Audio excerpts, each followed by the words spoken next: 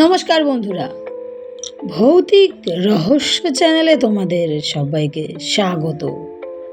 আজকে যে গল্পটি আমি করতে চলেছি, গল্পটির নাম কোগ্রামের মধু পণ্ডিত। তাহলে চলো গল্পটা শুরু করি। বিপদে পড়লে লোকে বলে ত্রাহি মধুসূদন।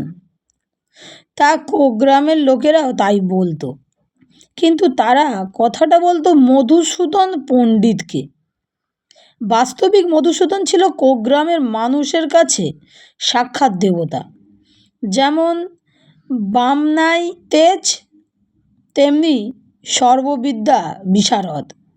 চিকিৎসা জানতেন, বিজ্ঞান জানতেন, চাষবাস জানতেন, মারণ উচাটন জানতেন। তার আমলে গাঁয়ের লোক মরতো না। সাঁঝের বেলা একদিন কোষ্ঠকাঠিন্যের রুগী বগলাবাবু মধুসূদনের বাড়িতে পাঁচন আনতে গেছেন।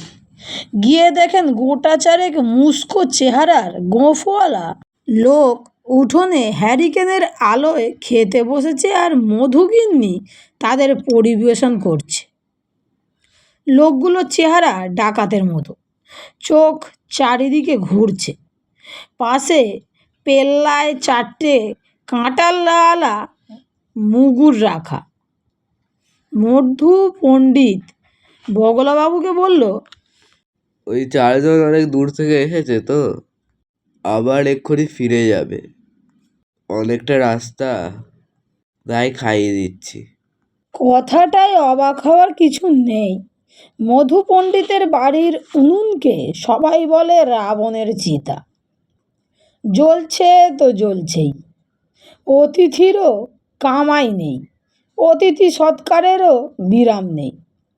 বগলাবাবু বললেন, তা ভালো, কিন্তু আমারও অনেকটা পথ যেতে হবে, পাচনটা করে দাও। মধু পণ্ডিত বলল, আরে বসো, হয়ে যাবে এক্ষুনি।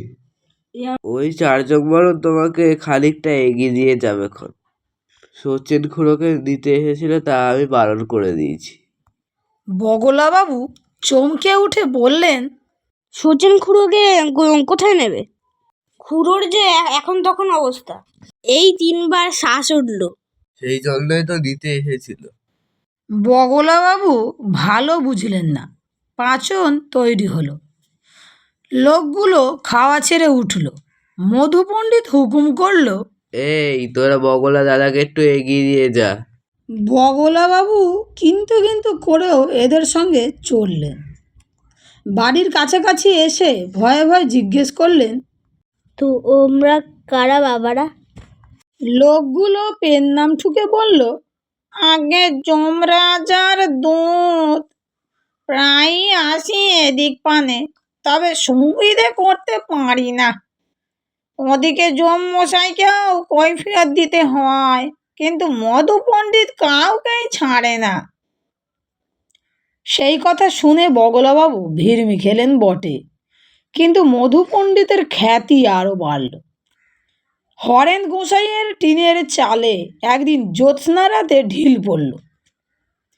হরেন গোসাই হচ্ছেন গাঁয়ের সবচেয়ে বুড়ো লোক, বয়স 150 বছরের কিছু বেশি। ডাকাবুকো লোক। লাঠি হাতে বেরিয়ে এসে হাঁক দিলেন, ঘেরে। মাথা চুলকোতে চুলকোতে একটা তাল গাছের মতো লম্বা সিঢিঙিয়ে চেহারার লোক এগিয়ে এসে বলল, আপনারা কি অশরীরী কাণ্ড শুরু করলেন বলুন তো? গায়ের ভূত যে সব শেষ হয়ে গেল। হরেন গোসাই হাঁ করে চেয়ে থেকে বললেন, তার মানে?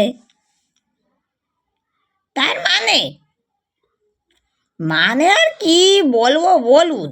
ভূতেরা হলো আত্মা, চিরকাল ভূতগিরি তো তাদের পোষায় না। ডাক পড়লেই আবার মানুষের ঘরে গিয়ে জন্ম নিতে হয়। মানুষ মরে আবার টাটকা ছানা ভূতের আশা।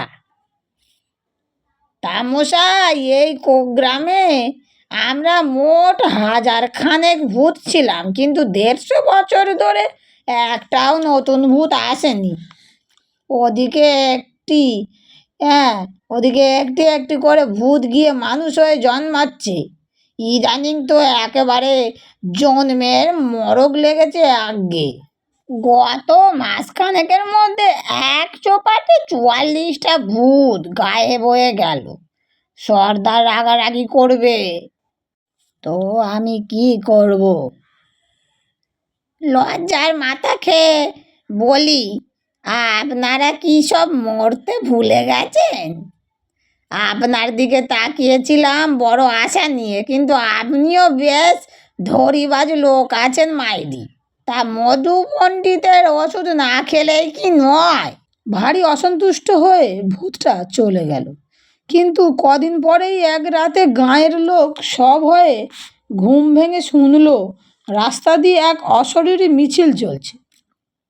তাতে স্লোগান উঠছে, মধু পণ্ডিত নিবাদ যান, নিবাদ যান, নিবাদ যান। এ তন্দুরুস্তি ছুটে হে, ভোলাবাদ, ভোলাবাদ। এ ইলাজি ছুটে হে, ভোলাবাদ, ভোলাবাদ। মধুর নিদান মানছি না, মানছি না, মানব না। কিন্তু মাস তিনেক পর একদিন সিরিঙ্গে ভূতটা খুব কাঁচুমাচু হয়ে মধু পণ্ডিতের বাড়িতে হাজির হলো সন্ধেবেলায়। মধু তামাক খাচ্ছিল, একটু হেসে বলল, শুনলাম আমার বিরুদ্ধে খুব লেগেছে তোমরা। না ভাই পণ্ডিত মশাই, ঘাট হয়েছে। কি হয়েছে বাপু? আগে আমি আর সর্দার ছিলাম গতকাল অবধি, আর সব জন্মের মরকে গায়েব হয়ে গেছে। কিন্তু কাল রাতে একেবারে সারে সর্বনাশ। আমাদের পুরো সর্দার পর্যন্ত মানুষের ঘরে গিয়ে জন্ম নিয়ে ফেলেছে।